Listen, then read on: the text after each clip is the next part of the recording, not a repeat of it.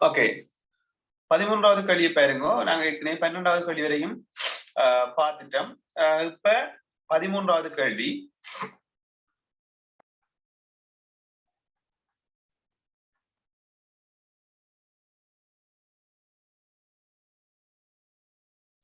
தரப்பட்டுள்ள வெண்வெளி படத்தில் நிழற்றப்பட்டுள்ள பிரதேசத்தால் காட்டப்படும் தொடையை சொற்களில் விவரித்து எழுதுக. தரப்பட்டுள்ள வெண்வெளி படத்தில் நிழற்றப்பட்டுள்ள பிரதேசத்தால் காட்டப்பட்டுள்ள தொடையை சொற்களில் விவரித்து எழுதுக. ஓகே, இங்க வந்து சித்திரப்பாடத்தை கற்கும் மாணவர்கள், அதே போல பெண் மாணவர்கள், சித்திரப்பாடத்தை கற்கும் மாணவர்கள், அது பெண் மாணவர்கள் என்று சொல்லி தொடை தந்திருக்கிறாங்க. சித்திரப்பாடத்தை கற்க விரும்பும் மாணவர்கள், இது வந்து பெண் மாணவர்கள். சித்திரப்பாடத்தை கற்க விரும்பும் மாணவர்கள், இது பெண் மாணவர்கள். ஓகே, இப்ப இதுல பிள்ளைகள் இந்த இருக்கிற பகுதி நிழற்றப்பட்டிருக்குது. அவை இந்த பகுதி வந்து இந்த 2 சித்திரப்பாடத்தை கற்க விரும்பும் மாணவர்களையும் பெண் மாணவர்களுக்கு பொதுவானது. அப்ப எப்படி சொல்லலாம் சொல்லுங்க? பெண் மாணவர்கள், சித்திரப்பாடத்தை கற்க விரும்பும் பெண் மாணவர்கள் சொல்லி வரப்போகுது. சரியா? சித்திரப்பாடத்தை கற்க விரும்பும் பெண் மாணவர்கள் என்று சொல்லி வரப்போகுது. சரியா? சரி, இந்த பகுதி என்ன? இந்த இருக்கிற போய் நான் முதலாம் நம்பர் போட்டதை சொற்கள் சொல்லுங்க பாப்போம், எப்படி வரும்? முதலாம் நம்பர் போட்டது அதை நோட் பண்ணிக்கொள்ளுங்க. அந்த படத்தை கீறி இப்படி பிரதேசங்கள் ஒன்று நிலட்டு சொல்லி கேட்பாங்க வழியில், அல்லது வசனத்துல சொல்லி போட்டு அதை நிலட்டு சொல்லி கேட்பாங்க, அல்லது அதுக்குள்ள மூலகங்களின் எண்ணிக்கையை போட்டு மூலகங்கள எண்ணிக்கையை கேட்பாங்க. அப்படிதான் இந்த கேள்வி வாரது. அடிப்படையான விடயங்களை வச்சுக்கொண்டுதான் இந்த ஃபர்ஸ்ட் பார்ட்ல வார கேள்வி பிள்ளை. ஓகே, சொல்லுங்க. விரும்பாத ஆண் மாணவர்கள், சித்திரப்பாடத்தை விரும்பாத ஆண் மாணவர்கள், சித்திரப்பாடத்தை கற்க விரும்பாத ஆண் மாணவர்கள். Very good. சரி, இந்த பிரதேசம் வந்து இவ்வளவு பேரும் தான் பெண்கள். அப்ப வெளியால் இருக்கிறதெல்லாம் ஆண்கள். இந்த பெண் என்ற வட்டத்துக்கு வெளியால் இருக்கிறதெல்லாம் ஆண்கள். அவ இந்த பகுதி சித்திரப்பாடத்தை கற்க விரும்பாத ஆண்கள் என்று வரப்போது, இது சித்திரப்பாடத்தை கற்க விரும்பும் ஆண்கள் என்று வரப்போகுது. சரியா? இது சித்திரப்பாடத்தை கற்க விரும்பாத இந்த இருக்கிற பிரதேசம். இந்த பிரதேசம் சித்திரப்பாடத்தை கற்க விரும்பாத பெண்கள் என்று வரப்போகுது. ஓகே, அப்ப ஒவ்வொரு பிரதேசத்தையும் இனங்காண தெரிய வேணும்.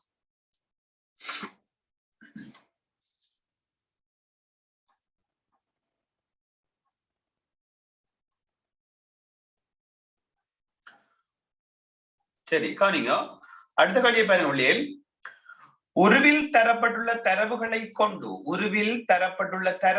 கொண்டு கீழே தரப்பட்டுள்ள கூற்றுகள் சரியாயின் சரியெனவும் பிழையாயின் பிழையெனவும் அடையாளம் இடுக. இங்க ஒரு முக்கோணம் தந்திருக்கிறாங்க.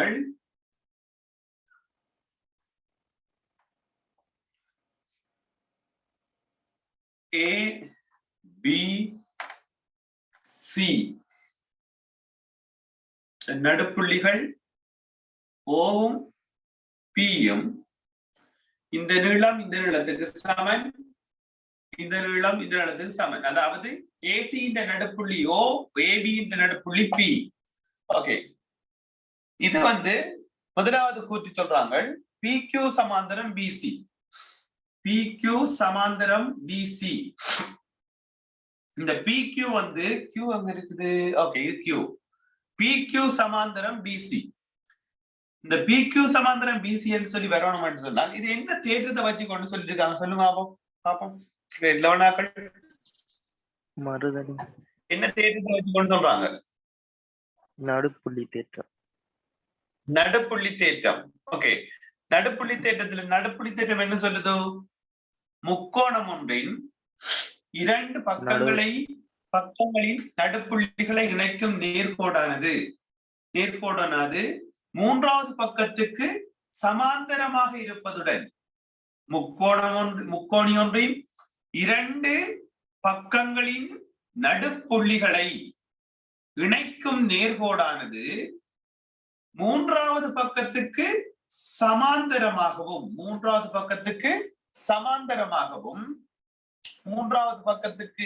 சமாந்தரமாகவும் இந்த இணைக்கிற நேர்கோட்டின் 2 மடங்கான நீளமுடையதாகவும் இந்த மூன்றாவது பக்கம் இருக்கும்.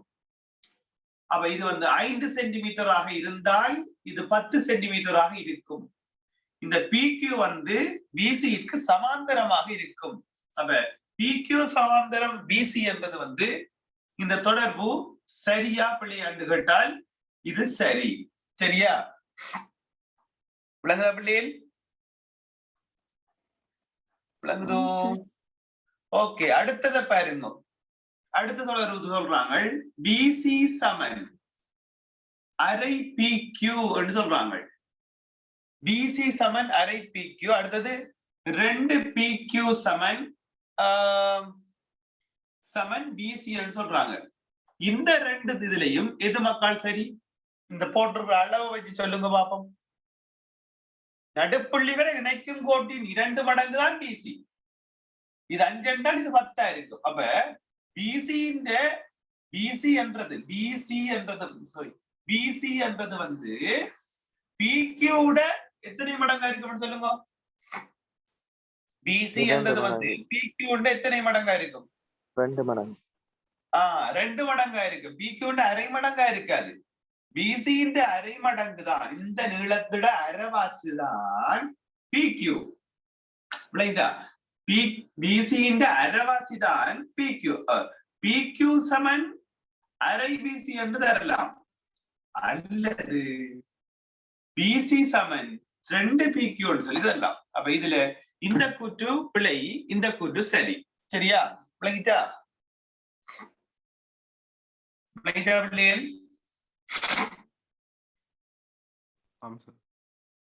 PQ சமாந்தரம் BC. அடுத்தது 2 PQ சமன் BC-க்கு சமனா இருக்கும். விளங்குதோ? அப்ப இதை வச்சு கொண்டு உங்களுக்கு இதுல நடுப்புள்ளி தெரிகிற விவரங்களை கிளியரா விளங்கிக் கொள்ள தெரியணும். ஓகே, இது 4 சென்டிமீட்டர் சொல்லி தராங்க. இது 5 சென்டிமீட்டர் சொல்லி தராங்க. இப்ப இந்த 22 முக்கோணம் ABC இந்த சுற்றளவு கண்டுபிடிங்க ஆகும்.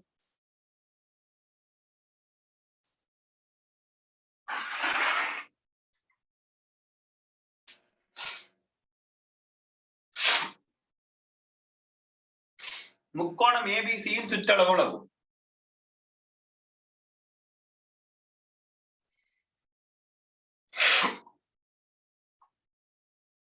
சொல்லுங்க. முக்கோணம் ABCயின் சுற்றளவு எவ்வளவு? 28 சென்டிமீட்டர். 28 சென்டிமீட்டர். இது 5 என்று சொன்னால் இது 5, இது 4 என்று சொன்னால் இது 4. அப்ப 4 4 8, 5 5 10, 10 10 20, 20 மட்டும் 28. சரியா? 28 சென்டிமீட்டர். சரியா பிள்ளைகள்? விளங்குதோ? ஆம் சார். ஓகே,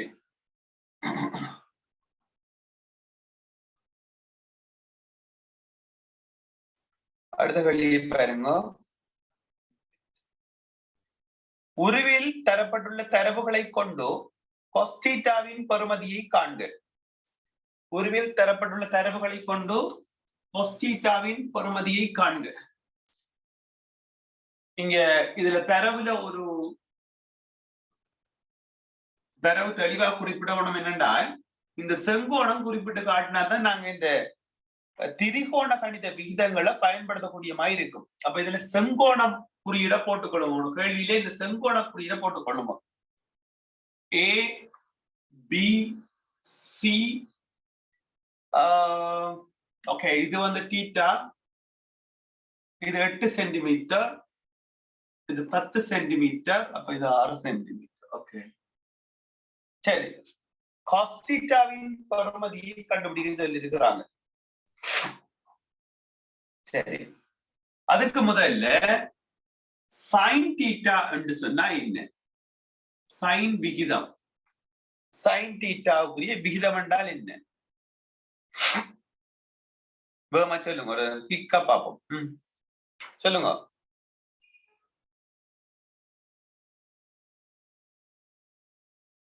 சைன் தீட்டாவுக்குரிய விகிதம். ஒரு செங்கோண முக்கோணி எடுத்தீங்க என்று சொன்னால் இந்த செங்கோண முக்கோணியின் ஏதாவது ஒரு கோணத்தை நாங்கள் கருதப்படும் கோணமாக எடுப்போம். இதை தீட்டா எடுத்தவன் சொன்னால் இதுதான் கருதப்படும் கோணம். அதுக்கு ஒரு பெருமானமா இருக்கு, 30 வாயா இருக்கலாம், அப்ப என்ன பெருமானமா இருக்கலாம். ஓகே, இங்க தீட்டா என்பது கருதப்படும் கோணம். அப்ப தீட்டா என்பது கருதப்படும் கோணம். அப்ப கருதப்படும் கோணத்துக்கு எதிரே இருக்கிற பக்கம் என்ன பக்கம் சொல்லுங்க? கருதப்படும் கோணத்துக்கு எதிரே இருக்கிற பக்கம் என்ன பக்கம்? எதிர்பக்கம். Okay, good. அப்ப இங்க தீட்டாவுக்கு எதிரே இருக்கிற பக்கம் 6 சென்டிமீட்டர். அப்ப இது எதிர்பக்கம். ஓகே, கருதப்படும் கோணத்துக்கு பக்கத்தில் இருக்கிற பக்கம் என்ன பக்கம்? அயற்பக்கம். சரியா, அயற்பக்கம். அப்ப இங்க தீட்டாவுக்கு அருகில் இருக்கிறது 8 சென்டிமீட்டர். இது அயற்பக்கம். இது கிளியரா எல்லாருக்கும்?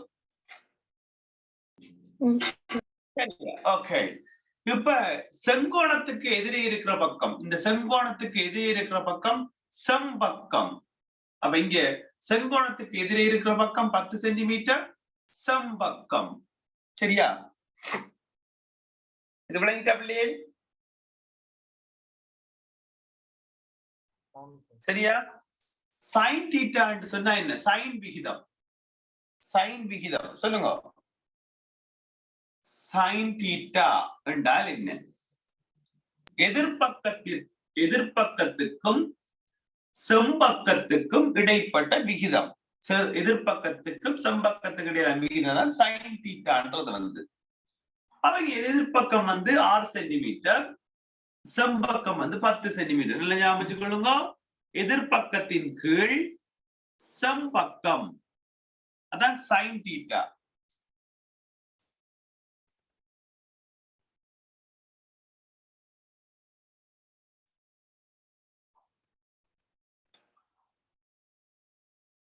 ஓகே, காஸ் தீட்டான்னு சொன்னால் என்ன பேசாம இருக்கிறீங்க? அயற்பக்கத்தின் கீழ் செம்பக்கம். அயற்பக்கத்தின் கீழ் செம்பக்கம். காஸ் தீட்டான்றது அயற்பக்கத்தின் கீழ் செம்பக்கம். டான் தீட்டான்றது என்ன விகிதம் சொல்லுங்க? எதிர்பக்கத்தின் கீழ் அயல்பக்கம். எதிர்பக்கத்தின் கீழ் அயற்பக்கம். என்ன மற்றவங்களோட சத்தத்தை காணல, நித்திர ஓடுறீங்களோ?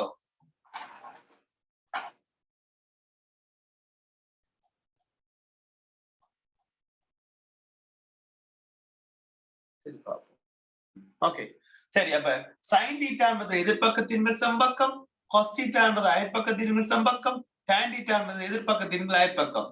என்னை செருப்பால் அடித்தவளை செருப்பை எடுத்து அடிப்பேன், அல்லது எந்தன் செல்ல அம்மு செருப்பை எடுத்து அடித்தாள். ஏதோ ஒரு வகையில நீங்க ஞாபகம் வச்சு கொள்ளுங்க. அதுக்கேற்ற மாதிரி எடுத்தீங்கன்னா சரி. ஷைன் என்று சொன்னால் சைன் தீட்டா. அப்ப ஷைன் பண்றது எதிர இருக்கிற பொருள் தான் ஷைன் பண்ணு நம்மளுக்கு. ஓகே, அப்ப ஷைன் சொல்லி சொன்ன சைன் தீட்டா சொல்லி வரப்போல ஷைன்ன்றது ஞாபகம் வச்சு கொள்ளுங்க.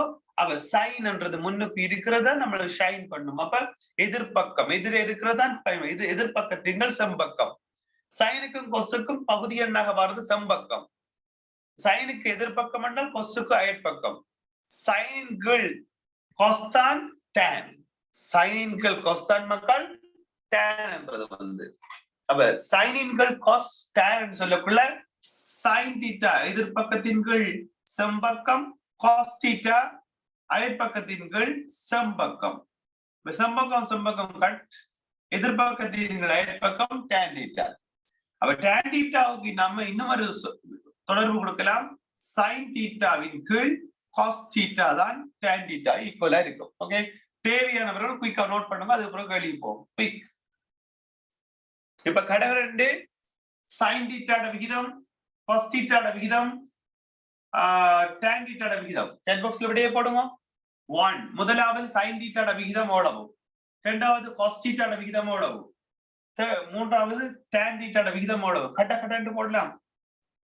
விட வரட்டும் சாட் பாக்ஸ்ல. விட வராதாக்கள் நித்திரோடுறீங்களா, எல்லா ரிமூவ் பண்ணி விடுவோம். விட வரண்டு வரணும். ஏற்கனவே நீங்க நிறைய கேள்வி போல செய்திருக்கிறோம்.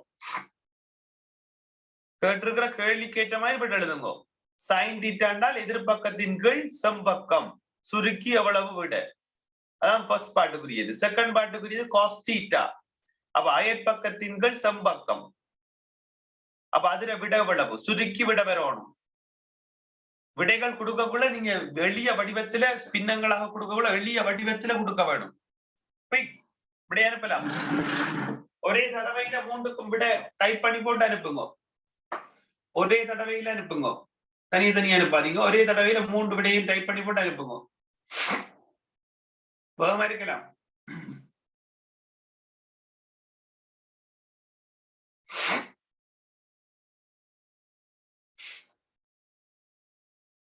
விரிவாருங்க.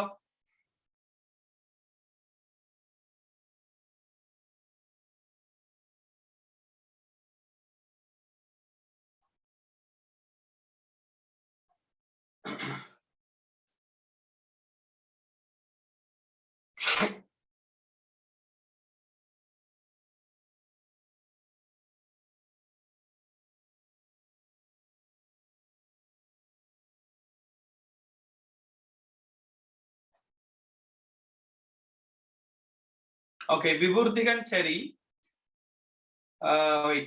ரேணுஜா சரி, விபூர்த்திகன் சரி, தாரபி ஒன்றுக்கு விட சரி, ரொசல் சரி, வெரி குட் ரொசல், தசத்திர கொடுத்துருக்கீங்க.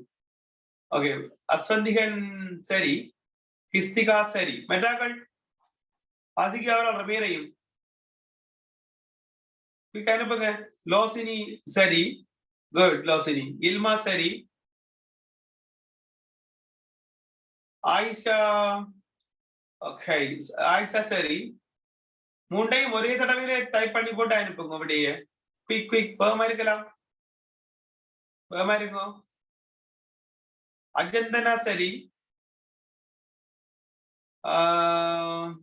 கிதுசன். ஓகே, கிதுசன் ஒரு சுருக்கல பாருங்க. கிதுசன் முதல் சைன், சைன் சரி கிதுசன், காஸ் டேன் இது ரெண்டையும் சுருக்கல பாருங்க முடிவா. சைன் என்றால் எதிர்பக்கத்தின் செம்பக்கம், காஸ் தீட்டா என்றால் அயற்பக்கத்தின் செம்பக்கம், டேன் தீட்டா என்றால் எதிர்பக்கத்தின் அயற்பக்கம். கிதுசன் உங்களோட விடையை செக் பண்ணுங்க. சைன் தீட்டா சரி, காஸ் தீட்டா பிழை, டேன் தீட்டாவும் பிழை. ட்ரை. டினோச்சன் ஓகே கரெக்ட், 3 பகுதியும் சரி. ஸ்வஸ்திகா சரி, பதுஜா டேன் ஓகே. மெட்டாக்கள் வாசிப்பம். அனா சிட்னி, சாரா, பொப்பி அஸ்வந்திகன் அனுப்பிட்டாரா? அஸ்வந்திகன் ஓகே அனுப்பிட்டார். சஹல்யா, ஷாலினோட பேரை மாத்திக்கொள்ளுங்க, பேர்களை சரியா மாத்திக்கொள்ளுங்க.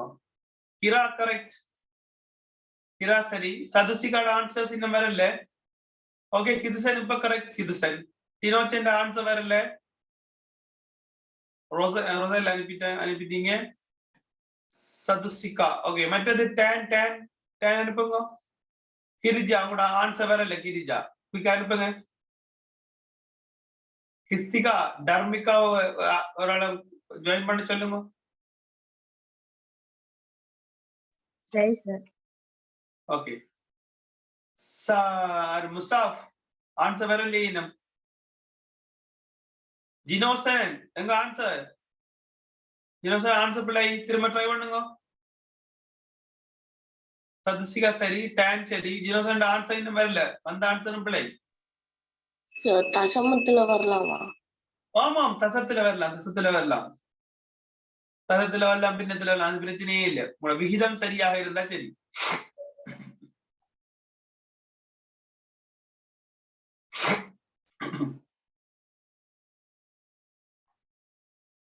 விரைவாருங்க விரைவாருங்க.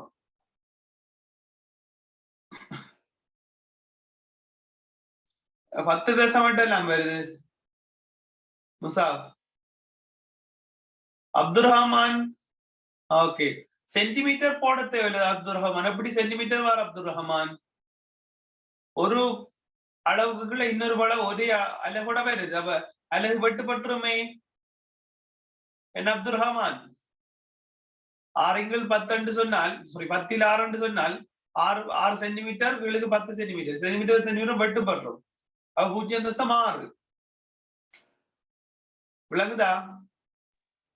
ஓ சார். ஓகே, அழகு போட தேவையில்ல. அப்துல்லாவை காணலே, காணல.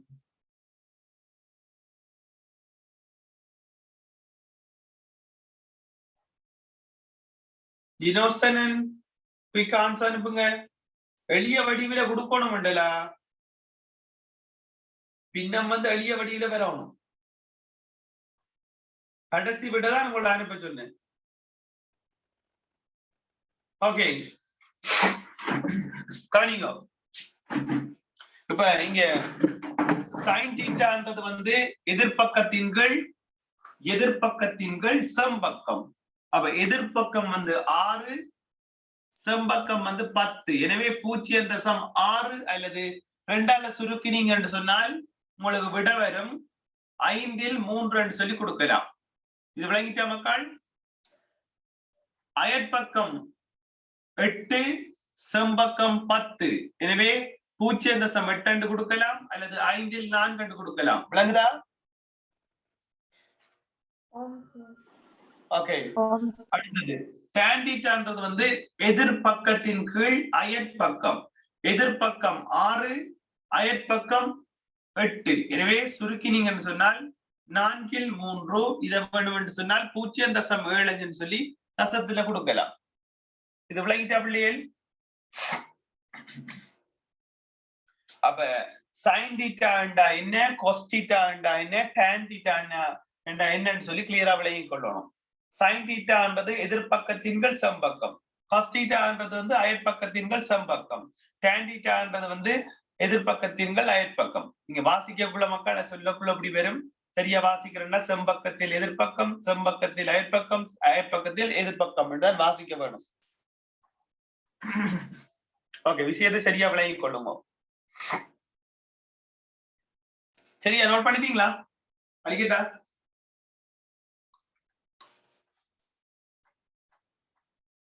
அப்ப இந்த கேள்வி பிள்ளைகள் இந்த சைன் காஸ் டான் என்ற விகிதம் தொடர்பாக ஒவ்வொரு வருடமும் ஒரு கேள்வி பாஸ் பேப்பர்ல வரும் பிள்ளைகள். இல்ல ஒரு கேள்வி இருக்கு. அப்ப இந்த இருக்கிற விளவும் விளங்கும் சொன்னா சரி, சைன் தீட்டாண்டா என்ன, காஸ் தீட்டான்னு சொன்னா என்ன, டான் தீட்டான்னு சொன்னா என்னன்னு சொல்லி நம்மளுக்கு தெரியும் சொன்னால் அந்த விகிதம் சரியாக ஞாபகம் இருக்குன்னு சொன்னா சும்மா பார்த்து போட்டுறதான். வேற ஒன்றும் இல்லை, பெரிய சுருக்கள் எதுவுமே இல்லை, சும்மா வரும். அது சின்ன ஒரு சுருக்கள் வரும், அதை போட்டீங்கன்னா சரி. சாலிட விட வரல, சாலி விளங்கிட்டா? சாலி உங்களுக்கு என்னன்னு சொல்லி விளங்கிட்டா? கிரிஜா விளங்கிட்டா? கிரிஜா கேட்டா குயிக்கா பதில் வரணும், இல்லடா அப்படியே போயிடணும். சொல்லுங்க, விளங்கிட்டுதா? அது சாலியன் கிரிஜா விளங்கலாட்டி திரும்ப கேட்கணும், பேசாம இருக்க கூடாது. ஆன்சர் அனுப்ப சொன்னா குயிக்கா அனுப்பணும். சரியா? ஓகே, அடுத்த கேள்வியை பாருங்க.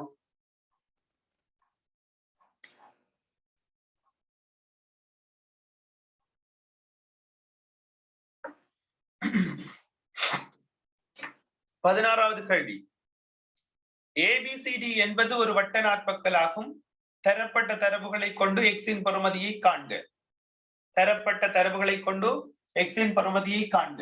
சரி, 3x 2x x.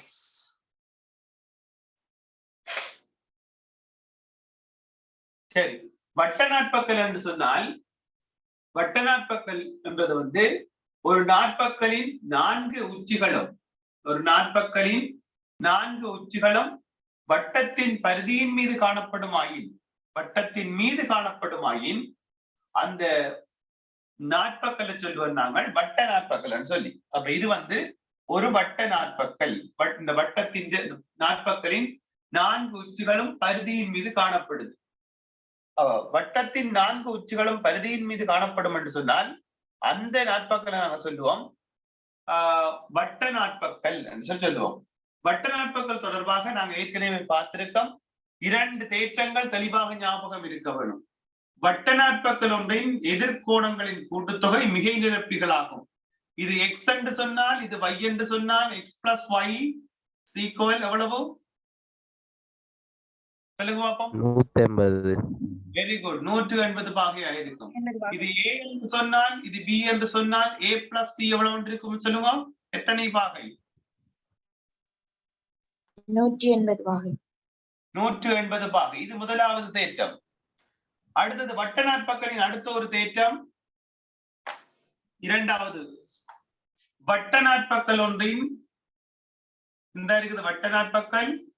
வட்ட நாட்பக்கல் ஒன்றின் பக்கம் ஒன்றை நீட்டும் போது வட்ட நாட்பக்கல் ஒன்றின் பக்கம் ஒன்றை நீட்டும் போது உருவாகும் புறக்கோணம் அதன் அகத்து எதிர்கோணத்துக்கு சமனா இருக்கும். இது எக்ஸா இருந்தால் இது எக்ஸா இருக்கும். அது நீங்க எங்க நீட்டினாலும் சரிதான். இது ஏயா இருந்தால் இது ஏயா இருக்கும். வட்ட நாட்பக்கல் ஒன்றின் பக்கம் ஒன்றை நீட்டும் போது உருவாகும் புறக்கோணம் அதன் அகத்தெதிர்கோணத்திற்கு சமனா இருக்கும். ஓகே, இது ரெண்டும் கிளியரா இருக்கும். தேவையானாக்கள் குயிக்கா நோட் பண்ணி கொள்ளுங்க. வட்ட நாட்பக்கல் ஒன்றின் பக்கம் ஒன்றை நீட்டும். இது நான் ஒவ்வொரு பேப்பர் வரக்குள்ளேயும் இந்த ரெண்டையும் சொல்லித்தான் போறேன். சாமிக்கு பூசை பிடிக்கிற மாதிரி மந்திரம் சொல்லித்தான் நாங்க செய்யற மாதிரி இல்ல. அந்த வட்ட நாட்பக்கல் பற்றி வருமாண்டா இது ரெண்டையும் சொல்லித்தான் நாங்கள கேள்விக்கு போறப்ப நிறைய பேருக்கு இது நல்லா பழகி ஞாபகப்படுத்தி போயிருக்கும். அதையும் ஞாபகம் வச்சு கொள்ள இல்லாட்டி ஒன்றும் செய்யலாது. வீட்டுல நீங்க செல்ஃப் ஸ்டடி பண்ணணும். இங்கேயாவது ஒழுங்கா கிளாஸ் ஒழுங்கா விளங்குற இடத்துல கிளாஸுக்கு போங்க. பிறகு நீங்க செல்ஃப் ஸ்டடி செய்யுங்க. செய்தாத்தான் வெல்லலாம்.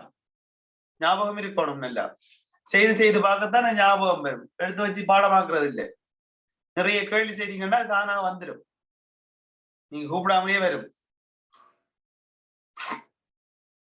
ஓகே, இப்ப தரவுகளை குறிச்சு கொள்வோம். படத்துல ஏபிசி என்று சொல்லி தந்திருக்கிறாங்க. ABCD. இதுல இது 3x, இது 2x, இது x. ஓகே, இப்ப எக்ஸ்ர பெருமானத்தை கண்டுபிடிக்கிறதுக்கு நம்மள எந்த எக்ஸ பயன்படுத்தணும் பாப்போம். எக்ஸ் இந்த பெருமானத்தை கண்டுபிடிக்கிறது எந்த எக்ஸ் தேவை நம்மளுக்கு? இந்த 3x-ஐயும் இந்த x-ஐயும் கூட்டினோம் என்றால்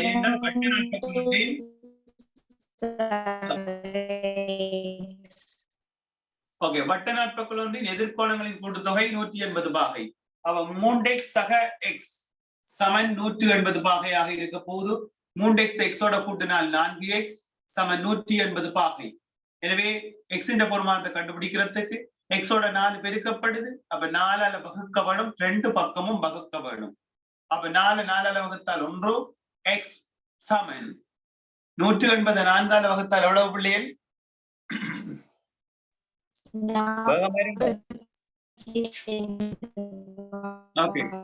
45 பாகை. 1-2 பேருக்கு தான் காது கிளியரா விளங்குது. மற்றவங்களெல்லாம் ஒரு கிளினிக் போயிட்டு வாங்க. காது விளங்குது இல்லை, காலையிலேயே விளங்குது. கேட்டா பதில் வாயத்திறன்னு சொன்னா என்ன தேஞ்சு போயிருவீங்களா? இல்லையே, பதில் சொல்லுங்க. அப்ப ஆக்டிவா இருப்பீங்க. ஓகே, 17வது கேள்வி. ஓகே, அதுக்கு முதல்ல இந்த கேள்விக்குரிய விடையை சொல்லுங்க பாபு. படத்துக்கு இருங்க எல்லாரும்.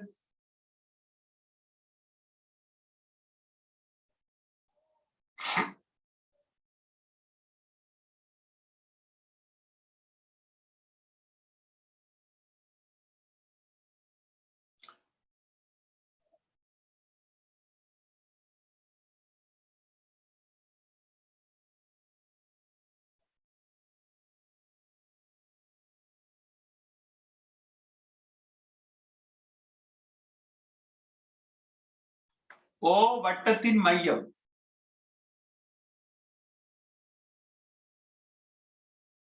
கேள்வி எக்ஸின் பெறுமதி. விடையை கண்டுபிடிச்சாக்கள் சாட் பாக்ஸ்ல விடையே போடுங்க. கேள்வி விளங்குதா எல்லாருக்கும்?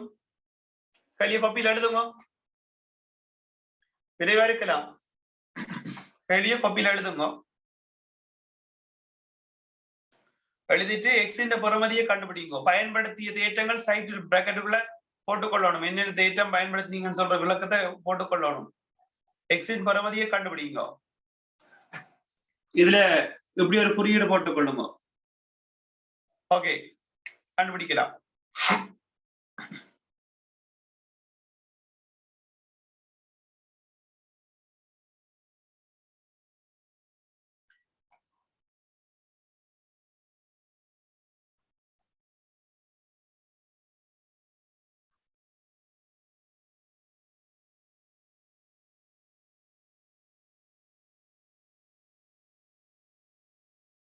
ஓகே,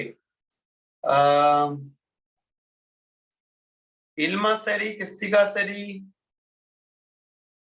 விபூர்த்திகன் சரி, தாரவி சரி, ஸ்வஸ்திகா சரி, ரேணுஜா சரி,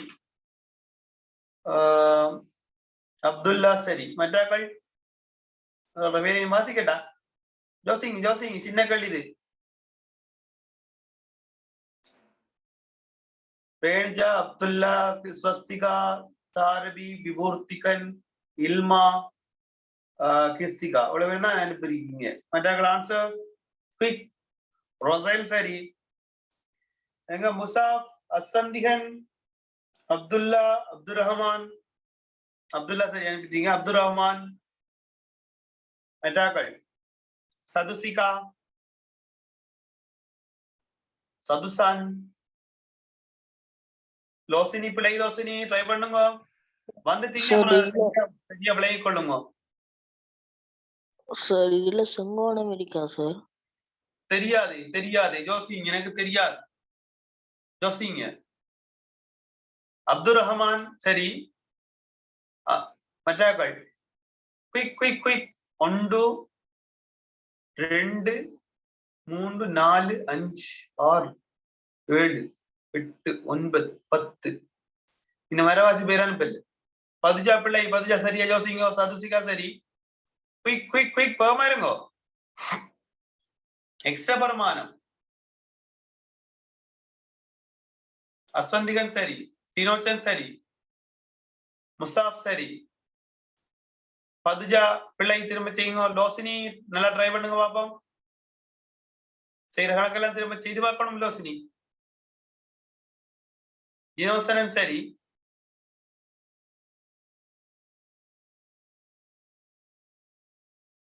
மற்றாக்கள் ஹிரா, ஆயிஷா, கிரிஜா, மிதுசாலினி. மிதுசாலின விடையே வருதில்லை.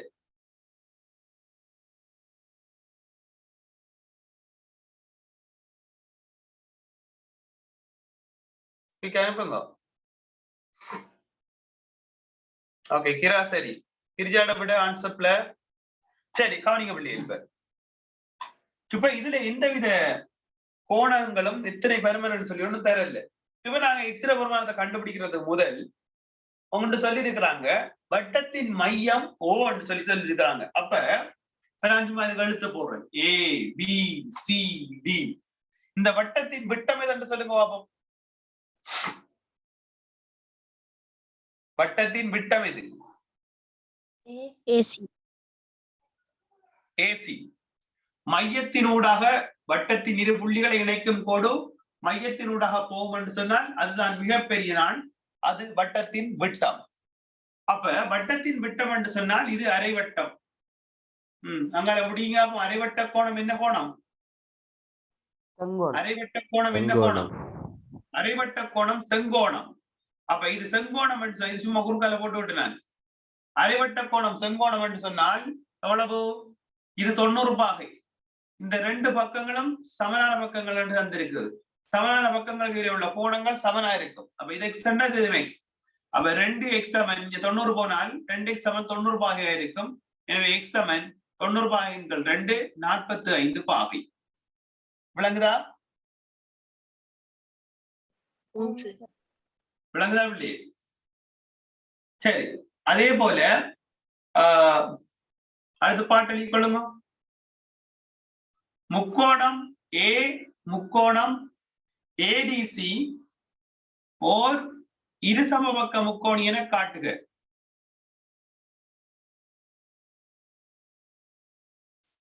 முக்கோணம் ஏடிசி ஒரு இருசமபக்க முக்கோணம் என காட்டுக. சரிங்க பாபா. முக்கோணம் ஏடிசி ஓர் இருசமபக்க முக்கோணி என காட்டுக.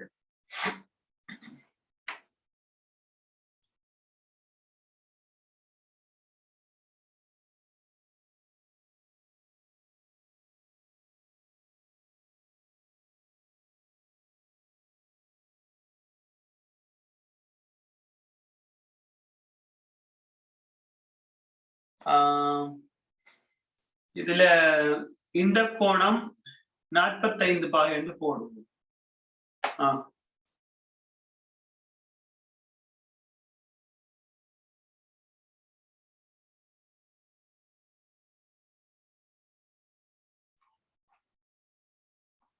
முக்கோணம் ஏடிசி ஒரு இருசமபக்க முக்கோணி என காட்டுங்க. என்ன செய்யணும்?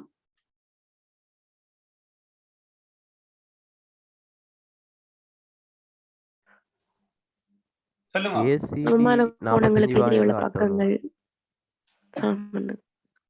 ஓகே, முதலாவது நீங்க இப்ப இதை வந்து நிறைய காட்டணும். முதலாவது என்ன செய்வீங்க?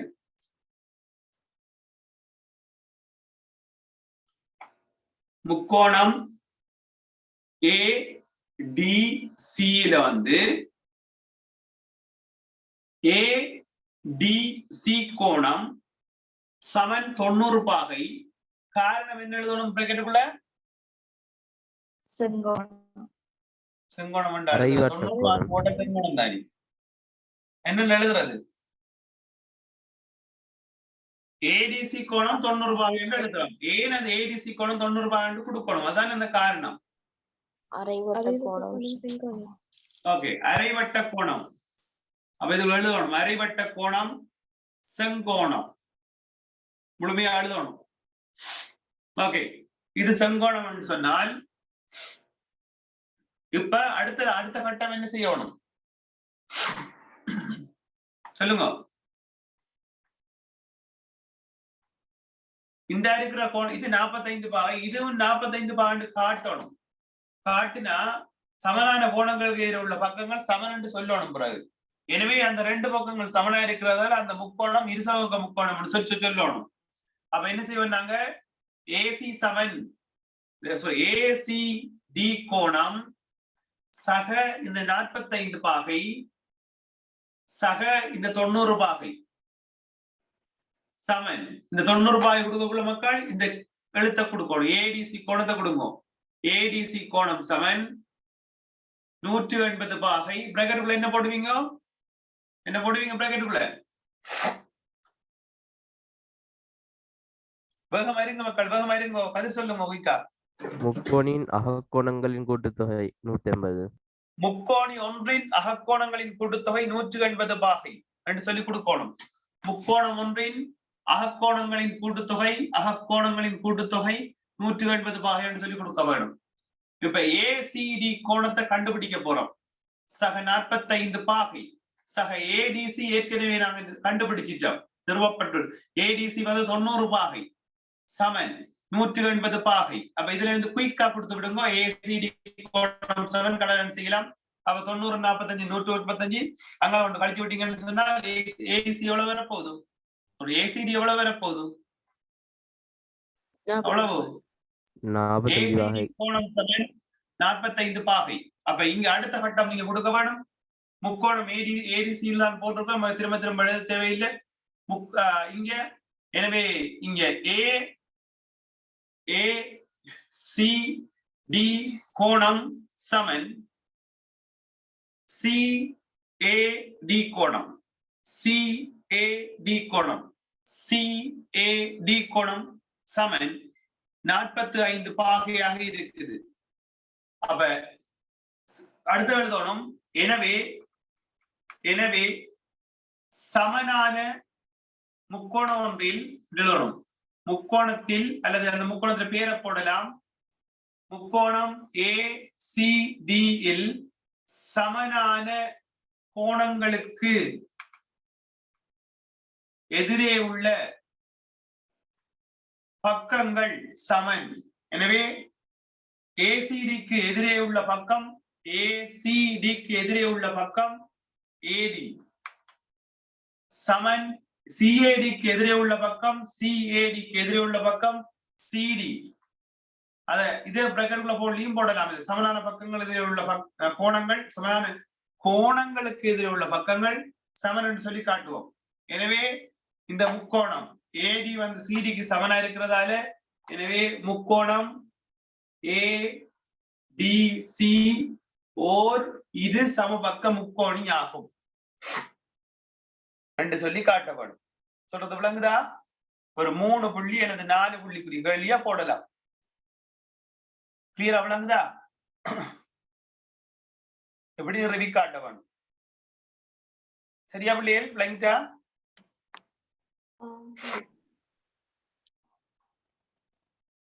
நோட் பண்ணிக்கொள்ளுங்க. தேவையான குயிக்கா நோட் பண்ணிக்கொள்ளுங்க.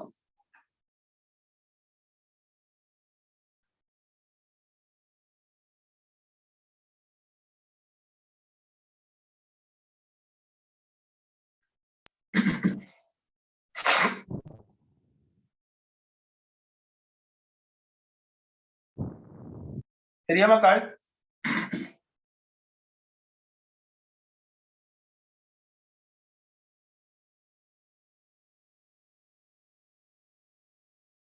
செய்யற கணக்குகளை திரும்ப திரும்ப செய்து பாருங்க. ஒவ்வொரு நாளும் செய்து பாருங்க.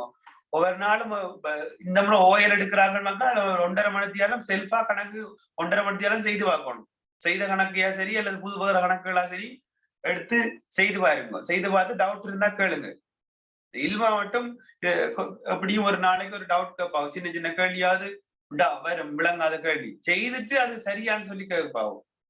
சும்மா கேள்வியை போட்டு சார் இது விளங்கலன்னு சொல்லி கேட்காம அந்த கேள்விக்குரிய விடைய செய்து அவங்க டவுட் வரக்குள்ள கேட்பாவும். மற்றவர்களும் அதே போல செய்யுங்க.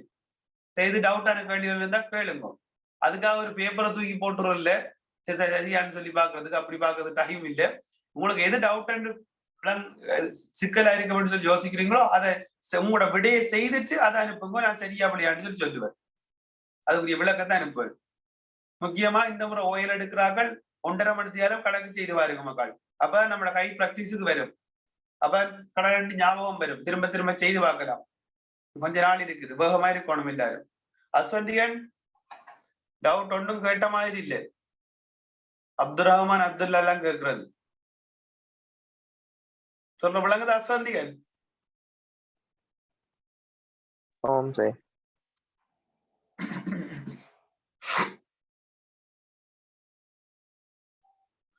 சரியா? நோட் பண்ணிட்டீங்களா?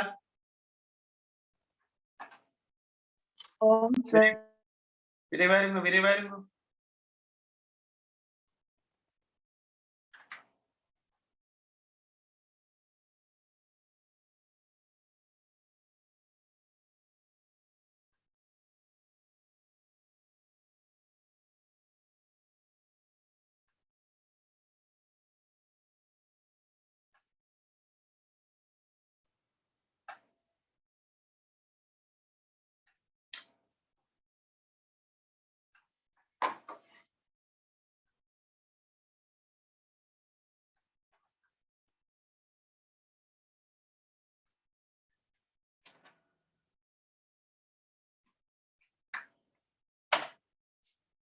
சரியா? ஓகே, அடுத்த கேள்வியை பாருங்க. 17வது கேள்வியை பார்த்திருப்போம். ஓகே, 17வது கேள்வி ஒரு ஒரு வரைவை தந்திருக்கிறாங்க. ஒரு சார்பு தந்து அந்த சார்பிட்ட சமன்பாடு என்னன்னு சொல்லி கேட்கிறாங்க. இதுதான் 17வது கேள்வி.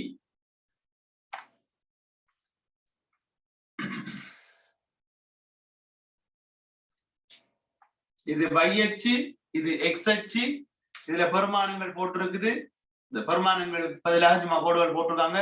இந்த அளவுகள் பிள்ளைகள் சமனா இருக்கணும். பிரிக்கும் போது அளவுகள் அச்சில போடப்படுற அளவுகள் வந்து சரியா சமனா இருக்கணும். அச்சு பிழைச்சா அங்க ஒன்றுக்கும் பாக்ஸ் இல்ல பிள்ளைகள். அதனால கவனமா இருக்கணும். வரைவுகள் நிறப்புள்ள இப்படி ஒரு கோடு நேர்கோடு இருக்காங்க. இந்த புள்ளி இந்த ஆள்கூறு 1,5 சொல்லி தந்திருக்கிறாங்க. சார்பிட்ட சமன்பாடு. ஓகே, நான் கேட்கிற கேள்விக்கு பதில் சொல்லுங்க. இந்த நேர்கோட்டு வரைவின் படித்திறன் நேரா மறையா? எது அது சொல்லுங்க. நேர். நேர். ஏன் நேர் சொல்றீங்க? எப்படி சொல்றீங்க? கூர்ங்கோணம் என்றதால. என்ன கூர்ங்கோணம்? எப்படி கூர்ங்கோணம்? எதை சொல்றீங்க? நேர்கோட்டின் சார்பு எக்ஸ் அச்சோட கோணம் வந்து எக்ஸ் அச்சுடன் ஆக்கும் கோணம் கூர்ங்கோணம் என்று சொன்னால், எக்ஸ் அச்சுடன் ஆக்கும் கோணம் கூர்ங்கோணம் என்று சொன்னால் படித்திறன் நேர். இதை ஞாபகம் வச்சுக் கொள்ளணும். எக்ஸ் அச்சுடன் ஆக்கும் கோணம் விரிகோணம் என்றால் எக்ஸ் அச்சில இருந்து இழுக்க வேணும். எக்ஸ் அச்சில் இருந்து இழுக்க வேணும். எக்ஸ் அச்சுடன் ஆக்கும் கோணம் கூர்ங்கோணம் என்றால் பிளஸ் படித்திறன். விரிகோணம் என்றால் படித்திறன் மைனஸ். செங்கோணமாக இருக்கும் என்றால் படித்திறன் 0. ஓகே, இப்ப இங்க ஆள்கூறு இருக்குது. இன்னும் ஒரு ஆள்கூறு எடுக்கலாம். இதை வச்சுக்கொண்டு இன்னும் ஒரு ஆள்கூறு கண்டுபிடிச்சு சொல்லுங்க பாப்போம். இதுல 0,0. Very good. இந்த இருக்கிற புள்ளி உற்பத்தி புள்ளி 0,0. ஓகே, இந்த வரைவின் வெட்டு துண்டு எவ்வளவுன்னு சொல்லுங்க பாப்போம். வெட்டு துண்டு 0. சார்பு வையச்சை வெட்டும் புள்ளி, சார்பு வையச்சை வெட்டும் புள்ளிதான் 0. வெட்டுத்துண்டு இல்லைன்னு சொல்லக்கூடாது. வெட்டுத்துண்டு வையச்சை வெட்டும் புள்ளி 0. எனவே சி சமன் 0. படித்திறன் கண்டுபிடிப்போம். லேசா கழிச்சு வர தெரியும் உங்களுக்கு. ஒரு ஆள்கூறுகளை இன்னொரு ஆள்கூறு அப்படி இருக்கு ஓடுங்க. 0, 0. அதாவது எக்ஸ் ஆள்கூறுகளின் வித்தியாசத்தின் வை ஆள்கூறின் வித்தியாசம் என்றுதான் இது விளக்கம். ஓகே, கழிப்போம். 5ல இருந்து 0 போனால் 5, 1ல இருந்து 0 போனால் 1. படித்திறன் என்றது வந்து வையின் கீழ் எக்ஸ். இது எக்ஸ் அச்சோட கூர்ங்கோணத்தை அமைக்குது. எனவே படித்திறன் பிளஸ்ல வரும். எனவே வார விடை பிளஸ் 5. வை வந்து 5, இங்க 1ல இருந்து 0 போனால் 1, எக்ஸ் வந்து 1, வையின் கீழ் எக்ஸ். கரெக்ட். ஓகே, 5. வெட்டு தொண்டு 0. எனவே சார்பின் சமன்பாடு y சமன் mx சக c என்ற ஃபார்மட்ல வரும். எனவே சார்பின் சமன்பாடு படித்திறன் 5. எனவே m க்கு பதிலாக 5 போடுறோம். x சக c சமன் 0. இந்த 0 போட்டு கொடுக்கணும் என்ற அவசியம் இல்லை. எனவே y சமன் 5x. சரியா பிள்ளை? விளங்கிட்டா? விளங்கியதா? ஓகே, இந்த சார்புக்கு சமாந்தரமாக நோட் பண்ணுங்க. இச்சார்பிற்கு சமாந்தரமாக 0,3 எனும் புள்ளியினூடாக இச்சார்பிற்கு சமாந்தரமாக 0,3 எனும் புள்ளியினூடாக செல்லும் சார்பின் சமன்பாடு பிக் 0,3 எனும் புள்ளியினூடாக செல்லும் சார்பின் சமன்பாடு சமாந்தரமா போகணும். 0,3 என்ற புள்ளியினூடாக போகணும். அவ்வளவு. என்ன சமன்பாடு எழுதியா?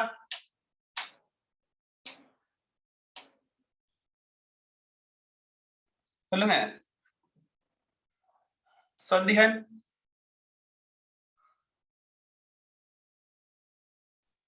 சார்பிற்கு சொல்லுங்க.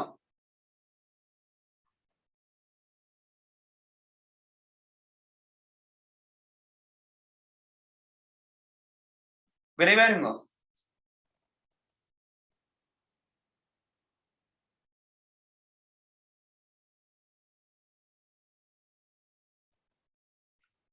y சமன் 5x ஆக 3. Very good.